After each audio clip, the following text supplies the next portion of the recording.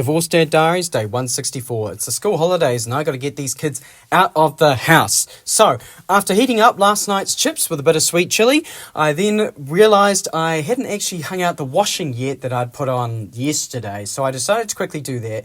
And then I realised I still needed coffee, so I popped over to McDonald's and got myself an iced latte. And then we went and drove through the Littleton Tunnel. This is actually one of the longest road tunnels, I think, in New Zealand. It's like 1.8 kilometres or something. Kids love it, of course, and all you got to do is drive, really. My son made the comment, 10-year-old, while we were driving through, that this looks like the inside of one of his brain cells. Long and empty. Oh, he's got his dad's sense of humour. But we went through this tunnel specifically to pop over to Corsair Bay, which is right next door to Littleton, which is this nice hidden little beach there. It has a playground for your kids who are more water adverse, so the kids naturally had a bit of a play there. Surrounded by the native bush and some birds as well, actually. Specifically quails, I believe those are, actually. The funny little things on their head. But after going down some very steep steps, kids had to be nice and careful. My little one did actually ended up slipping and bumping his head, which you'll see throughout the rest of the video. Poor thing. Once we got down there, the beach is absolutely lovely. There's not much in the way of waves or even sand, really. It's not really a surfing beach, but it's the sort of beach that you can just go and relax at for a couple of hours. There weren't very many people here. In fact, there was almost no one here, but the weather was still pretty cold, so I'm not surprised. And the water itself is as clear as anything. You can see right through it, honestly. My littlest one decided he would take an umbrella home as a souvenir. Unfortunately, I told him it wouldn't fit in the car. I mean, that was a bit of a porky, but I didn't need another umbrella. And then it was over to a cafe. We had a bit of trouble finding a cafe in Littleton, specifically because there was like some kind of market going on and there was like no parks anywhere. So we drive back through the tunnel over to Christchurch to pop over to this little hidden cafe called Opawa Cafe, which was down this back end of a driveway, more or less, across the road from a vet. And it was this cute little cafe. They had toys which the little ones could play with. Their menu was just on pictures up on the wall. Of course, they had actual menus too, but they were really accommodating. They didn't have any just like chips or a kids menu, so I talked to the owner and said, can I just get some French toast on like 2 separate plates, pay for the one portion?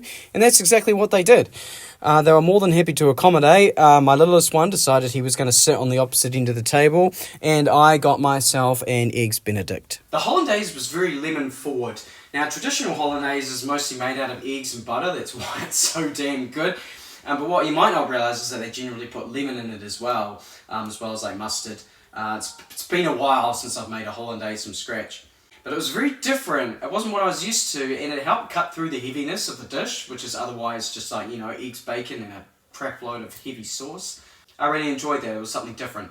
Unfortunately, I didn't get to try the French toast because the kids absolutely demolished it, which I take it as a good sign. But I wanted to really shout out the staff because they were so accommodating. It wasn't just the fact that they were more than happy to just take a full dish and chop it in half for the kids, but it was also the fact that they helped me take my drinks to the table. When the kids made a mess with the toys and the food arrived, I was like, I'll go clean this mess before I eat. And they were like, no, you sit down with your kids, enjoy your meal, we'll take care of it. They were great, and I would absolutely recommend that place. But we're not done yet because it's the school holidays. We need to keep the kids distracted, and there's one more place I want to head up while we're in Christchurch. So we've just filled the kids up with fat. Why not load them up with a bit of sugar from the Brighton Lolly Shop, located here in Christchurch? Now, if I didn't know any better, I'd think a windowless building with lollies written on the side would be a great place to get kidnapped. But fortunately, this place just specialises in lollies, and they have so many of them. In fact, it's coming up on Halloween, so they had a specific Halloween section. But otherwise, the whole place is just a building with aisles and aisles of lollies. And I wanted to shout out some specific international lollies that I found, such as Pez dispensers with a whole bunch of different characters from different places, actually.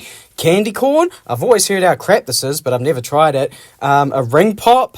These toys that you can like punch things with. I remember having one of these when I was a kid. Hot tamales. I've tried them before. They're really good, or at least I think they're good. And it's Saturday, so we're doing family movie night tonight, and my daughter picked out 1 kilo of milk bottles. We ended up spending $70 on lollies, which was a bit more than I budgeted for, but as you can imagine, it adds up quickly when you've got 4 kids, and I kind of wanted them to grab things that they hadn't tried before. So between that and the cafe, I've spent like $150 on the first weekend of the holidays so far. But it's now like 2 p.m. in the afternoon. We've killed most of Saturday, which is great.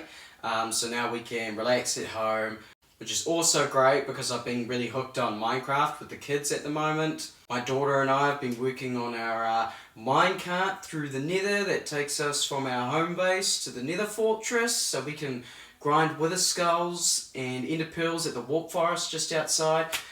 Really important stuff.